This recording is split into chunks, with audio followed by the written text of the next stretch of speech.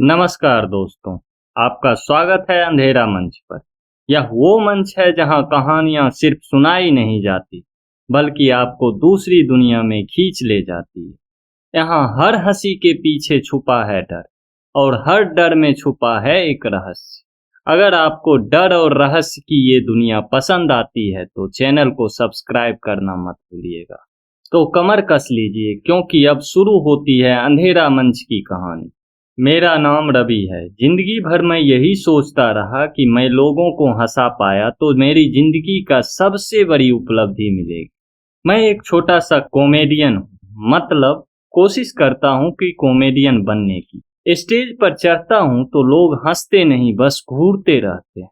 कभी कभी तो तालियां भी मिलती है, लेकिन वो भी मुझे स्टेज पर से उतारने के लिए। एक दिन मैं चबूतरे पर बैठा हुआ था। एक बूढ़ा आदमी, जो कि बहुत बूढ़ा था, लगभग 80 साल की उम्र होगी, वो मेरे पास आया। बातों बातों में मुझे पता चला कि एक ऐसा गांव है जहां पर लोग हमेशा हंसते रहते हैं। मैंने सोचा, अगर मैं ऐसा गांव में जाऊं और कॉमेडी करूं तो लोग को मैं हंसा पाऊंगा। कम से कम लोग तो कहेंगे कि हंसा पाया। मेरे जैसे फेल कॉमेडियन के लिए ये तो बहुत अच्छी न्यूज़ थी। बस क्या था, मैं मन बना लिया कि मैं उस गांव जाऊंगा। हमारे 3 दोस्त हैं। मनोज मनोज जो है, हमेशा डरा डरा, क्योंकि उसकी दादी जो है, हजारों भूत की कहानी उसे सुनाई। मनोज को हर वक्त लगता था कि उस पेड़ के पीछे भूत है, उस पेड़ के पीछे चुड़ैल है, ऐसा ही सोचते रहता। और मेरा दूसरा दोस्त जो था, वो रोहित, जिसका दिमाग थोड़ा हिला हुआ। उसे अगर डर भी लगता था, उस टाइम भी उसे मजाक पूछता था। खास करके जब उसे डर लगता था तो वो अच्छे अच्छे कॉमेडी बनाता। मैं उस बूढ़े अंकल से दोबारा फिर मिला। उनसे पूछा कि उस गांव का नाम क्या है। तो उन्होंने बताया कि तुम क्या करोगे जान के। मैंने पूछा बस यूं ही। तो बोले कि उस गांव का नाम धनपुर है। यहाँ से बहुत दूर एक जंगल में है। वहाँ बस वगैरह कुछ भी नहीं जाती है।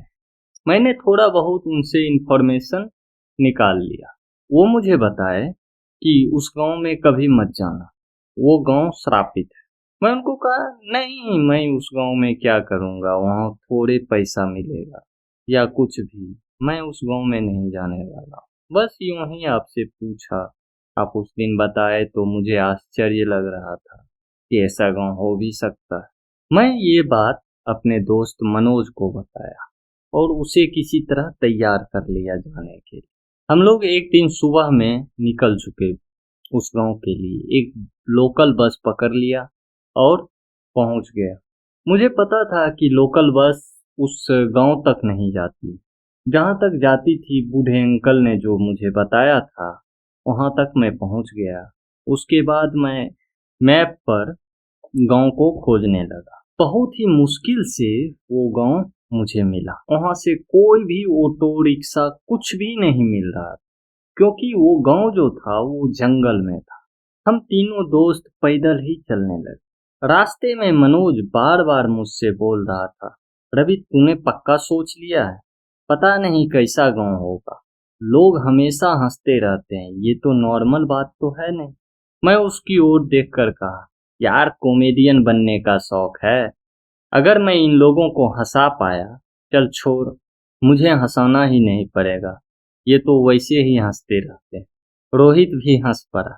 मतलब तुम स्टेज पर बोलेगा नमस्कार दोस्तों, और ये लोग हंस हंस कर लोटपोट हो जाएंगे। वाह भाई वाह, यही है असली करियर। धीरे धीरे सूरज ढल चुका था। दूर से हमें गांव दिखाई दिया। छोटे छोटे मिट्टी के घर, अजीब सी शांति थी। लेकिन जैसे जैसे हम पास पहुंचे, हमें आवाजें सुनाई देने लगी। वो आवाजें हंसने की थी। सारे लोग हंस रहे थे। ऐसा लग रहा था कि सारे लोग हंस रहे हैं। गांव के गेट पर ही 3-4 लोग खड़े थे। सब के सब हंस रहे थे, बहुत जोर जोर से हंस रहे थे। कोई दबा दबा के हंस रहा था, कोई अजीब अजीब खरखराहट वाली हंसी हंस रहा था, लेकिन हंस तो सब रहा। मैंने सोचा, वाह, ये तो कमाल हो गया, असली लाफ्टर शो। लेकिन मनोज के चेहरे का रंग उड़ चुका था, वो डरा डरा सा। मैंने कहा, चल डरपोक, डरना बंद कर। वो थोड़ा हिचकिचाया। उसने धीरे से कहा, रवि, इसकी हंसी में तो कुछ गड़बड़ है, ये हंसी खुशी वाली नहीं लग रही। मैंने कहा, कॉमेडियन बनना है ना, खुशी वाली हंसी रहे या नाराज वाली हंसी रहे, तुझे क्या मतलब। हम उस गांव में दाखिल हो गए। जैसे ही हम गलियों से गुजर रहे थे, हमें हर जगह हंसी सुनाई दे रही। औरत चूल्हे पर रोटी बेल रही थी, वो भी हंसते जा रही थी। बच्चे मिट्टी में खेल रहे थे, वो भी हंस रहे थे। बूढ़े बरामदे पर बैठे थे, वो भी हंस रहे थे। उनकी सांसें फूल रही थी, फिर भी हंस रहे। मैंने मन में ही सोचा, ये तो मेरे लिए जन्नत है। लेकिन कुछ तो अजीब। बच्चे जिसको चोट भी लगे हुए थे, वो भी हंसे जा रहे थे, रोने का नाम नहीं ले रहे थे। कोई भी रोने का नाम नहीं लेता, सिर्फ हंसता। उनकी आंखों में हंसी नहीं थी, लेकिन होठ पर मुस्कान थी, चेहरे पर मुस्कान थी, आंखों में सन्नाटा था। गांव वाले बहुत ही अच्छे थे, बातचीत करने में एकदम बहुत अच्छे। उन्होंने मुझे एक पुराना सा घर दे दिया, खाना भी दिया, चावल दाल सब्जी, सब बहुत ही स्वादिष्ट था। लेकिन अजीब बात ये थी कि जो औरत हमें खाना परोस रही थी, उनके आंखों में आंसू बह रहे थे, पर चेहरा हंस रहा। मैंने पूछा, माँ जी आप हंस क्यों रही। वो बोली, बेटा यहाँ सबको हंसना पड़ता है, अगर हंसना बंद किया तो मौत आ जाएगी। उसकी आवाजें कांप रही, लेकिन चेहरा पर वही नकली सी हंसी जमी। उस रात हम तीनों घर में बैठे थे। बाहर अंधेरा छा चुका था। दूर से वही हंसी की आवाज सुनाई दे रही, कभी पास से कभी दूर से, खाली हंसी की आवाज सुनाई दे रही। मनोज तो बुरी तरह कांप रहा। वो बोला, मैं कह रहा था ना रवि, यहाँ कुछ ठीक नहीं है, मुझे लग रहा है कि ये गांव श्रापित है। रोहित बोला, अरे यार तू भी हर चीज में भूत को देखता है। हो सकता है इन लोगों को बस हंसने की आदत हो। मैंने भी हंसते हुए कहा, हाँ भाई, मेरी तरह कॉमेडी का फैन। यही सब इधर उधर की बातें करते हुए हमारे दोस्त सब सो गए, लेकिन मुझे नींद नहीं आ रही। आधी रात हो चली थी, बाहर से वही आवाजें आ रही थी। मैंने खिड़की से बाहर झांक के देखा तो गांव वाले दर्जनों संख्या में टॉर्च लालटेन हाथ में लिए अंधेरे जंगल की तरफ जा रहे और चलते चलते हंसते जा रहे। मेरे तो रोंगटे खड़े हो। मैंने मनोज और रोहित को उठाया, जल्दी आओ, यहाँ लोग कहाँ जा रहे हैं। मैंने चुपचाप उनका पीछा किया।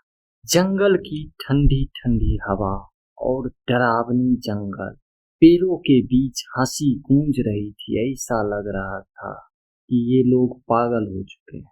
आगे जाकर गांव वाले एक पुराने खंडहर मंदिर में रुके, जिसकी दीवारें टूटी हुई थी, बस एक काला सा पत्थर रखा था। सब लोग उसके चारों तरफ होकर हंस रहे, लेकिन अब उनकी हंसी डरावनी थी। किसी के चेहरे पर दर्द था, किसी के होठ फटे हुए थे, लेकिन हंसी बंद नहीं हुई। फिर सबने एक कोई अजीब मंत्र बोलना शुरू किया, हा हा ही हु सांभर हा हा। मुझे कुछ समझ में नहीं आ रहा, बस उनकी आंखें अचानक चमक उठी। मैं वहीं स्तब्ध खड़ा रहा। रोहित पहली बार चुप था, लेकिन मनोज की तो हालत खराब, उसकी दांतें किटकिटा रही थी। मैंने सोचा, यह कोई खेल नहीं, यह गांव किसी और ही दुनिया का हिस्सा है। तभी एक गांव वाला अचानक हमारी ओर मुड़ा। उसके चेहरे पर वही चौड़ी मुस्कान, आंखों में कुछ और। वो हंसते हंसते बोला, कौन है वहां जो हमारी हंसी देख रहा है। हमारे पांव जैसे जमीन में चिपक गए, सांसें रुक गई। मनोज का दिल जोर जोर से धड़कने लगा। उसने मेरे कान में फुसफुसाया, रवि अब तो सब खत्म, पकड़ लिए गए हम। मैंने उसका हाथ दबाकर, चुप रह, हिल मत। तभी रोहित हंसी दबाने की कोशिश करते हुए खुद ही हंस पड़ा। उसकी हंसी सुनते ही गांव वाले अचानक चुप हो गए। पूरे गांव में सन्नाटा छा गया और फिर सबने एक साथ हमें देखना शुरू कर दिया। उनकी आंखें लाल हो चुकी थी। मुझे लग रहा था कि अब हम जिंदा बाहर नहीं निकल पाएंगे। लेकिन तभी एक बूढ़ी औरत ने अजीब सी मुस्कान दी और बोली, अरे नए मेहमान आए हैं, इन्हें भी हमारी पूजा में शामिल कर लो। बाकी सब फिर से हंसने लगे। वो औरत हमारे पास आई। उसके चेहरे झुर्री से भरे हुए थे, आंखों में आंसू बह रहे। उसने मेरा हाथ पकड़ा और हम लोग को मंदिर के बीच ले गई। मैं कांपते हुए बोला, ये सब क्या है? वो बोली, बेटा ये हमारी पूजा है। ये पत्थर हमारे भगवान नहीं, हमारी कैद। मैंने देखा वो काला पत्थर चमकने लगा, जैसे उसकी सतह पर परछाइयां नाच रही। सब लोग उसके सामने खड़े होकर हंस रहे थे। उनकी हंसी में दर्द था, मजबूरी थी। वो औरत बोली, यहाँ कोई अगर हंसना छोड़ दे तो उसी पल उसकी मौत हो जाएगी। मेरे पैरों के तले जमीन खिसक गई। मैंने सोचा, ये मजाक है क्या? मैंने पूछा, लेकिन क्यों? आखिर ये श्राप किसने दिया? उसने कोई जवाब नहीं दिया, बस मेरी तरफ देखते रहे और हंसती रही। अचानक माहौल बदल गया। गांव वाले और तेज हंसने लगे। उनकी हंसी इतनी तेज थी कि मेरे कान फटने लगे। वो लोग हाथ उठा उठा कर मंत्र बोल रहे थे। मुझे ऐसा लग रहा था कि मेरी सांसें घुट रही है। रोहित चिल्लाने लगा। मैंने उसका मुंह दबा दिया। मनोज तो वहीं पर बेहोश गिर गया। उसी समय मैंने देखा, पत्थर से जैसे धुआं उठ रहा हो। उस धुएं के बीच मुझे एक चेहरा नजर आया। वो चेहरा अजीब था, जोकर जैसा। आंखों के नीचे काले घेरे, लाल होठ, चौड़ी सी डरावनी मुस्कान। वो हमें घूर रहा था। उसकी आवाज गूंजी, हंसते रहो वरना मर जाओ। मेरे हाथ पांव ठंडे पड़ गए। मैंने सोचा, ये क्या बवाल है यार, कॉमेडी सीखने आया था, यहाँ तो मैं मौत के शो में फंस गया। मैं किसी तरह मनोज और रोहित को खींचते हुए मंदिर से बाहर ले गया। गांव वाले हमें रोक नहीं रहे थे, वो बस हंसते ही जा रहे। हम भागते हुए गांव के किनारे पहुंचे। वहां हमें एक बूढ़ा आदमी मिला। उसके चेहरे पर हंसी नहीं थी, वो बस गंभीर निगाहों से हमें देख रहा। मैं चौंक गया। आप आप तो हंस नहीं रहे, उसने आह भरते हुए कहा। मैं बाहरी हूँ, इस गांव का नहीं, इसलिए हंसने का श्राप से बचा हूँ। लेकिन सच बताऊं, मैं भी ज्यादा दिन यहाँ रह नहीं पाऊंगा। मैंने उससे पूछा, ये सब क्या हो रहा है? ये लोग ऐसे क्यों हैं? उसने गहरी सांस ली और कहा, ये गांव श्रापित है बेटा। मैंने उस बूढ़े आदमी से फिर से पूछा, बाबा आखिर ये सब क्या हो रहा है? ये श्राप कैसे शुरू? उसने धीमे से कहा, सुन बेटा, ये कहानी उतनी पुरानी है जितनी इस गांव की नींव। अगर तू जानना चाहता है तो बैठ। हम तीनों जमीन पर बैठ गए। मनोज अभी भी कांप रहा। रोहित थोड़ी देर तक हंसी दबाता रहा, फिर खुद गंभीर हो गया। बूढ़ा आदमी बोलना शुरू किया। कई साल पहले इस गांव में एक आदमी रहता था। उसका नाम था कालभैरव। वो पेशे से एक हास्य कला। उसका सपना था लोगों को उसकी बातों पर हंसाए, उसकी कला की तारीफ करे। लेकिन हुआ कुछ इसका उल्टा। लोग उसका मजाक उड़ाते थे, उसके चुटकुलों पर कोई नहीं हंसता था। लोग कहते थे कि तू कॉमेडियन नहीं, जोकर है, तेरी जिंदगी ही मजाक है। धीरे धीरे उसकी आत्मा टूटने लगी। वो अकेला हो गया और फिर उसकी हंसी भी मर गई। बाबा की आवाज भारी हुई। हम तीनों जैसे किसी जाल में फंसे उनकी कहानी सुन रहे थे। उन्होंने आगे कहा, एक दिन काल भैरव ने ठान लिया कि अब इंसान की दुनिया में वो सम्मान नहीं पाएगा। उसने तंत्र मंत्र की साधना शुरू कर दिया। महीनों तक वो जंगल के इसी मंदिर में बैठा रहा। लोग सोचते थे कि पागल हो गए, लेकिन एक रात उसकी साधना पूरी। उसने अपने देवता नहीं बल्कि अंधकार की शक्ति को बुलाया। काल भैरव ने शपथ ली कि अब ये गांव हमेशा हंसेगा, हंसेगा नहीं तो मौत होगी।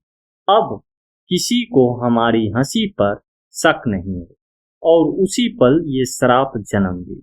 बूढ़ा आदमी थोड़ी देर के लिए चुप रहा। उसकी आंखों में सन्नाटा था। मनोज ने हकलाते हुए पूछा, मतलब तभी से ये गांव ऐसे हंस रहा है? बाबा ने सिर हिला दिया।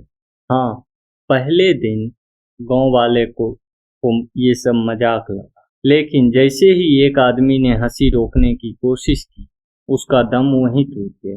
उसके बाद हर इंसान, चाहे बच्चा हो या बूढ़ा, हंसता ही रहता है, यूं मानो कि हंसी उसकी सांस है।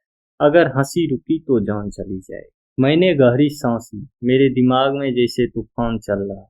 मैं सोच रहा था कि यार, मैं तो यहाँ कॉमेडी सीखने आया था, यहाँ तो हंसी ही मौत का खेल है। रोहित ने हिम्मत करके पूछा, तो ये काला पत्थर जो मंदिर में रखा है वो क्या है? बाबा बोले, वो है श्राप का केंद्र।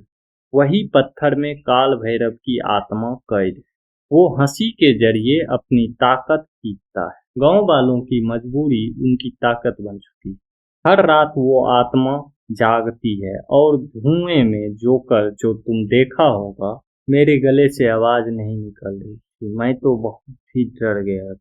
मैंने हिम्मत करके कहा, तो इसका मतलब अगर किसी ने इस पत्थर को तोड़ दिया तो श्राप खत्म।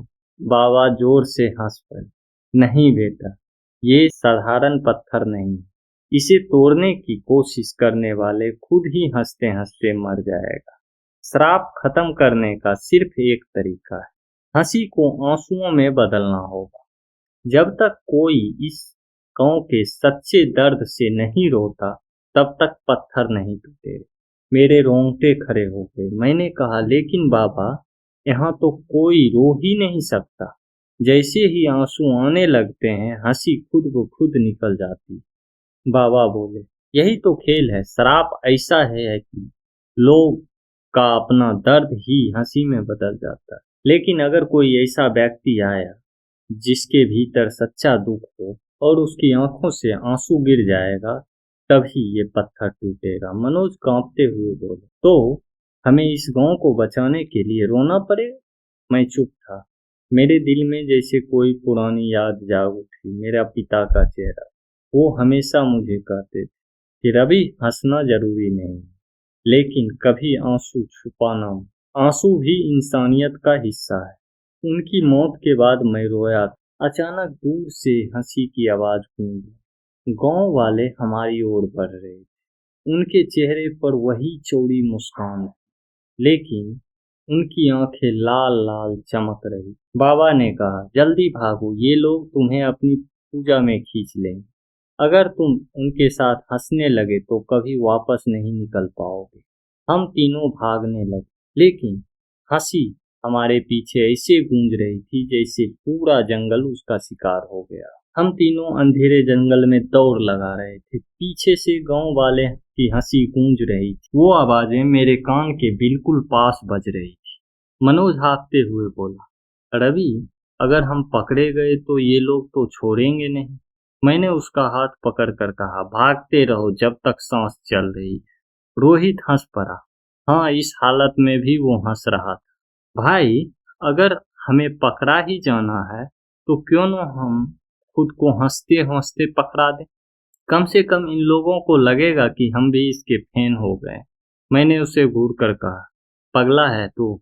यहाँ मौत सामने खड़ी है और तू कॉमेडी कर रहा है। लेकिन सच कहूँ, उसकी बात सुनकर मुझे भी हंसी आ गई। शायद डर के बीच यही हंसी हमें जिंदा रख रही। अचानक हमने देखा कि आगे गांव का चौक है। हम भागते भागते वहीं पहुंच गए। चौक के बीच में एक पेड़ था और उस पेड़ के चारों तरफ गांव वाले खड़े थे। उनके चेहरे पर वही चौड़ी मुस्कान। उनकी आंखें हमें घूर रही थी। हम तीनों वहीं रुक गए। लग रहा था कि जैसे हम जाल में फंस गए। एक आदमी हंसते हंसते बोला, अब कहाँ जाओगे? यहाँ से कोई बाहर नहीं जा सकता है जब तक हमारे साथ हंसोगे नहीं।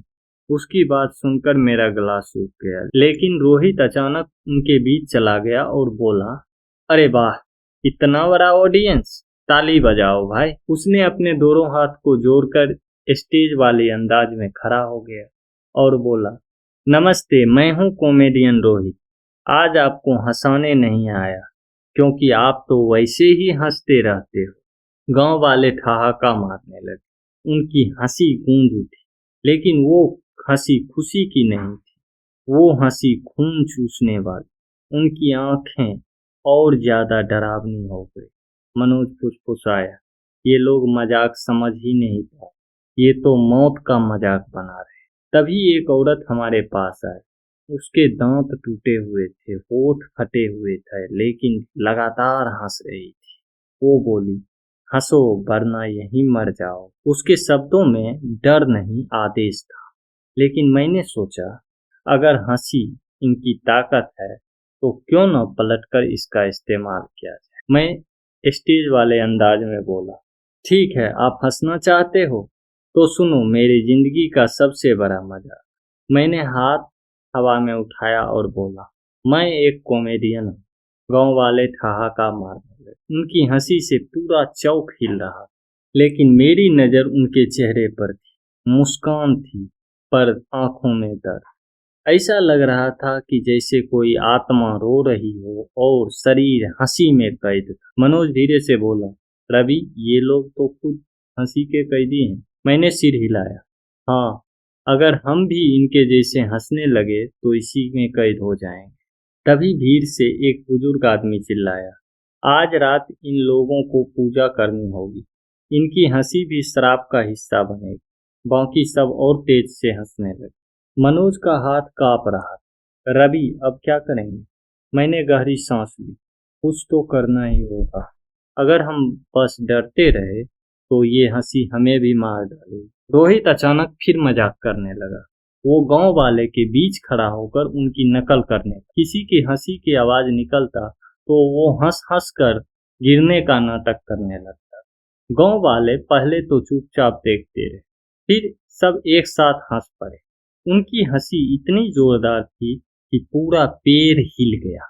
मैंने रोहित को फुसफुसा कर कहा, तू इन्हें हंसा नहीं रहा, तू इनकी शक्ति बढ़ा रहा। सच कहूं तो डर और हंसी के बीच मैं खुद भी उलझ गया। एक पल लगता है कि मैं भी इनके साथ हंसने लगूं, दूसरे पल लगता है कि यही हंसी हमारी मौत बन जाएगी। भीड़ हमें मंदिर की ओर खींचने लगी। हम चीखते रहे, लेकिन उनकी पकड़ इतनी मजबूत थी कि छुड़ाना मुश्किल था। उनकी हंसी कान फाड़ू थी। मुझे ऐसा लग रहा था कि मैं पागल हो जाऊं। अचानक बाबा की आवाज गूंजी, रुको, ये तीनों मेहमान अभी श्राप का हिस्सा नहीं बने। गांव वाले ठिठक गए। उनकी हंसी धीमी हो गई। बाबा आगे आए और मेरी आंखों में देखकर बोले, बेटा, अब तुम्हें समझना होगा। अगर तूने अपनी हंसी को आंसुओं में नहीं बदला तो ये गांव हमेशा इसी श्राप में रहे। मैं वहीं खड़ा रह गया। मेरे मन में एक सवाल था, क्या मैं हंसते हंसते रो सकता हूँ? क्या मैं वो कर सकता हूँ जो इस गांव में कोई नहीं कर सकता? भीड़ हमें मंदिर की तरफ खींचने लगी। उनकी हंसी पूरे आसमान में गूंज रही थी। ऐसा लग रहा था कि हर पेड़, हर पत्ता, हर परछाई हंस रही। मनोज लगातार बड़बड़ा रहा था, अब तो हम गए, अब सब खत्म, ये हमें जिंदा नहीं छोड़ेंगे। मैंने उसका हाथ पकड़ा और धीरे से कहा, चुप रह, अब हमें बचने के लिए कुछ करना पड़ेगा। रोहित फिर भी हंसने की कोशिश कर रहा था। शायद डर को छुपाने का उसका यही तरीका था। हम मंदिर के अंदर पहुंच गए। बीच में वही काला पत्थर रखा हुआ था। आज वो और भी ज्यादा चमक रहा था। उसकी सतह पर अजीब सी परछाई नाच रही थी। गांव वाले चारों तरफ खड़े होकर हंस रहे थे। उसकी हंसी पहले से ज्यादा तेज थी। अचानक पत्थर से काला धुआं उठा। धुएं में एक बड़ा दरवाजा उभरने लगा। वो दरवाजा साधारण नहीं था। उसकी सतह आईने जैसी चमक रही थी, लेकिन उस पर कोई और ही दुनिया दिख रही। मेरा दिल जोर जोर से धड़कने लगा। उस दरवाजे के उस पार मैंने देखा एक अंधेरी दुनिया। आसमान खून जैसा लाल था। जमीन पर हड्डियों का ढेर बिखरा हुआ था। वहां अनगिनत परछाइयां हंसते हंसते नाच रही थी। मैं कांपते हुए कहा, ये क्या है? बाबा ने गंभीर स्वर में कहा, यही है असली दुनिया, यानी वो दूसरी दुनिया जहां काल भैरव की आत्मा कैद है। गांव वाले हर रात हंसी के जरिए उनकी शक्ति बढ़ाते हैं। ये दरवाजा हर रात खुलता है ताकि उसकी आत्मा और ताकतवर हो सके। मैं हक्का बक्का रह गया। मतलब ये गांव सिर्फ श्रापित नहीं बल्कि दो दुनिया का संगम है। मनोज जोर से चिल्लाया, नहीं, हमें भागना होगा। ये दरवाजा, ये मौत का रास्ता है। लेकिन बाबा ने उसका हाथ जोर से पकड़ा। भागने से कुछ नहीं होगा। अगर श्राप नहीं टूटा तो ये दरवाजा हमेशा के लिए खुल जाएगा।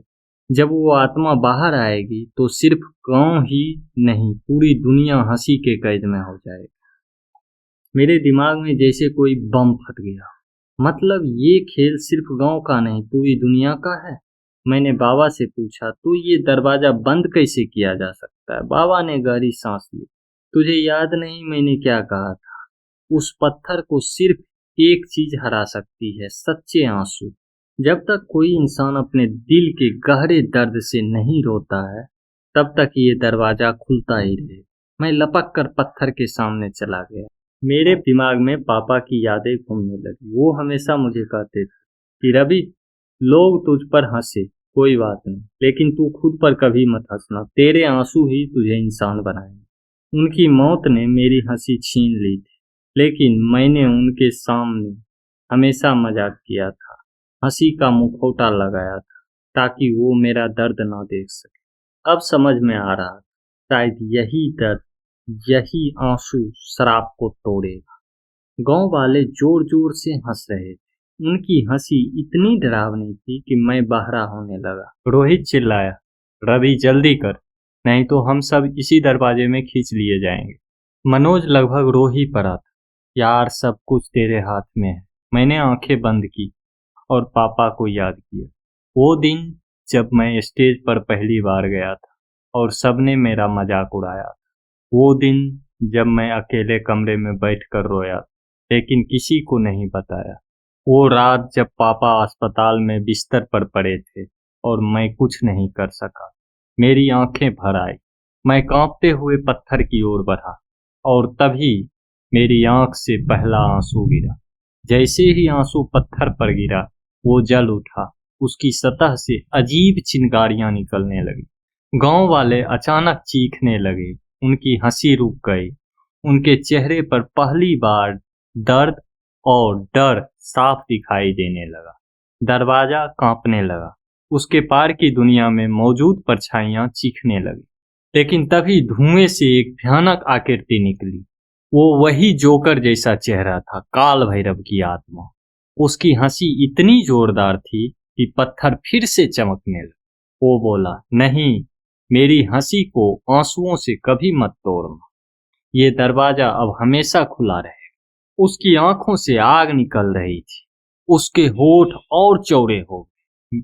मेरे पैरों में ताकत नहीं थी, लेकिन मैंने खुद से कहा, नहीं, अब पीछे नहीं हट सकता। मैंने जोर से चिल्लाकर कहा, अगर तूने हंसी को हथियार बनाया है तो मैं अपने आंसू से तुझे हराऊंगा। मेरी आंखों से और आंसू गिरने लगे। पत्थर कांपने लगे। दरवाजे के पार की दुनिया जलने लगी। गांव वाले जमीन पर गिर पड़े। उनकी हंसी चीखों में बदल रही थी और उसी पल मुझे समझ आया कि मेरी हंसी और आंसू दोनों ही असली हथियार हैं। मैंने चिल्लाकर कहा, तेरी हंसी नकली है काल भैरव। ये हंसी डर की हंसी है, मजबूरी की है, लेकिन मेरे आंसू सच्चे हैं। उसकी आंखें गुस्से से चमक उठी। वो आगे बढ़ा और अपने नुकीले नाखून मेरे गले की तरफ बढ़ाए। मैं झुककर बचने की कोशिश करने लगा। उसकी हंसी और तेज हो गई। बोला, डर रहा है? यही तो मेरी असली ताकत है। डर के साथ आने वाली हंसी, यही है मेरा श्राप। मेरे कान सुन्न हो रहे थे। ऐसा लग रहा था जैसे मेरा दिमाग फट गया। लेकिन तभी मैंने पीछे देखा। रोहित और मनोज रो रहे थे। मनोज हकलाकर बोला, भाई, मैं हमेशा डरता रहा कि लोग मुझ पर हंसेंगे, लेकिन आज पहली बार सच में रो रहा हूँ। रोहित बोला, मैं हंसी मजाक समझता था, लेकिन अब पता चला कि हंसी अगर दिल से न हो तो वो जहर है। उनके आंसू भी पत्थर पर गिरने लगे। पत्थर और जोर से जलने लगा। काल भैरव चीख उठा, नहीं, 3-3 आंसू। ये पत्थर मेरी आत्मा को काट देगा। उसका चेहरा और विकृत हो गया। उसकी हंसी अब रोने जैसी लगने लगी। मैंने हिम्मत जुटाकर कहा, तेरा खेल खत्म। अब ये दरवाजा बंद होगा। मैंने दोनों हाथ पत्थर पर रख दिए और अपनी पूरी ताकत आंसुओं में बहा दी। मेरे अंदर का हर दर्द, हर टूटन, हर डर उन आंसुओं में बदल दिया। पत्थर से सफेद रोशनी निकली। वो रोशनी पूरे मंदिर में फैल गई। गांव वाले जमीन पर गिरकर तड़पने लगे। उनकी हंसी धीरे धीरे बंद होने लगी। उनके चेहरे पर पहली बार शांति आई। लेकिन काल भैरव अब पागल हो चुका था। उसने दहाड़ते हुए कहा, तुम्हारे आंसू हजारों सालों की हंसी नहीं मिटा सकती। मैं अमर हूं।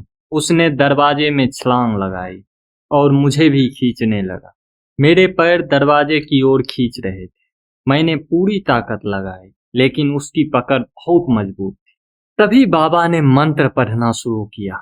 उनकी आवाज गूंज रही थी, ओम काल भैरवाय नमः। श्राप टूटे, दरवाजा रूठे। उनके शब्दों से दरवाजा कांपने लगा। उसके पार की दुनिया में आग लग गई। मैंने चीख कर कहा, अब तेरी हंसी खत्म।